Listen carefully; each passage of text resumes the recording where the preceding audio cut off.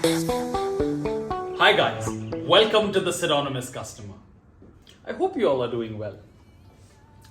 So, we're all customers to certain businesses, right? And every interaction with them triggers an emotion. True?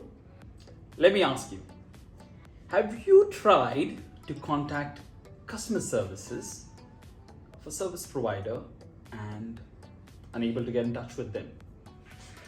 Or you've been trying to look up details for customer services and unable to find it.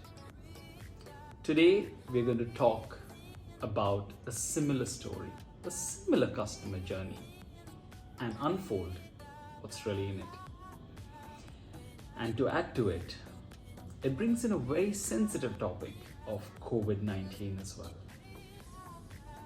I think, let me bring the intensity down. And COVID has taught us something funny as well, right? I didn't know pandemic until March 2020. Got to learn it just a couple of years back. Similarly, the two other words, self-isolation and quarantine, we didn't use that before, did we? And here's a pseudonymous customer who had to self-isolate for about 10 days. Oh my God.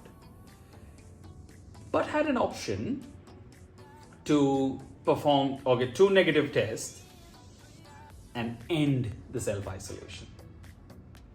There was also another option of getting out of it a lot quicker. That was on day 5, but you had to do a test release on day 5 and go with it.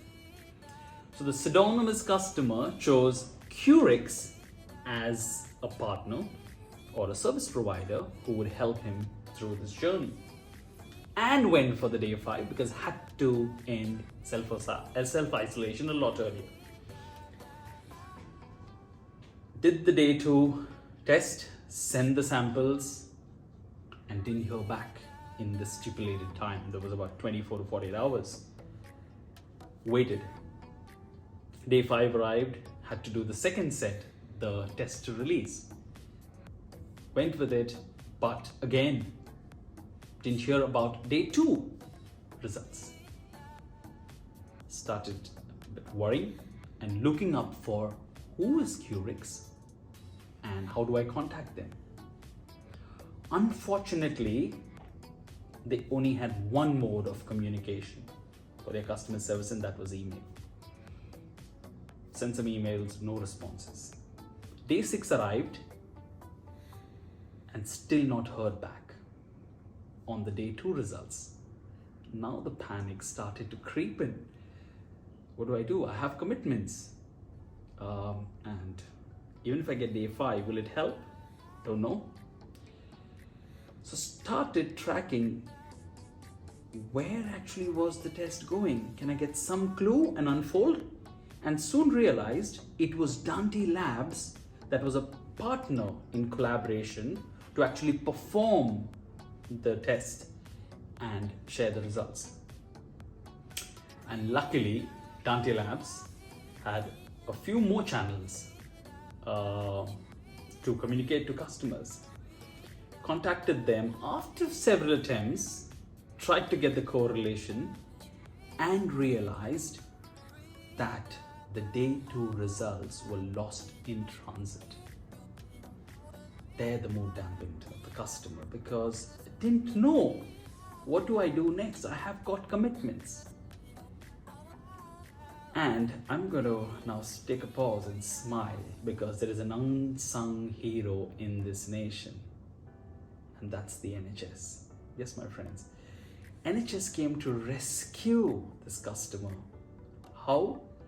They said, we will offer you a drive-in test as an alternative for day 2. Wow. And helped the customer get the results within 24 hours.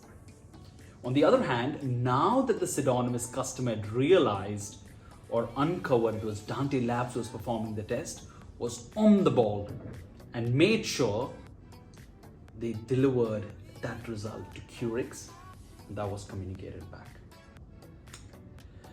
In all of it, I think it's a very powerful story of how the customer went the extra mile in this scenario and could end the self-isolation earlier. But in all of it, I personally think Curix has failed in delivering partnership, in delivering this collaboration of service. Unfortunately, Curix customer service didn't know the relationship they had with Dante Labs. And similarly, Dante Labs customer service didn't know the relationship with Curix. We're all going digital in this digital age, right? But we're not keeping the customer at the center of it. All the customer needs is a seamless journey, and make sure they're communicated. Have you faced such a scenario or an example where everything had to come together with multiple service providers and they disappointed you, or did they surprise you? Let us know. Keep sharing, keep learning, stay pseudonymous. Thank you for watching, guys.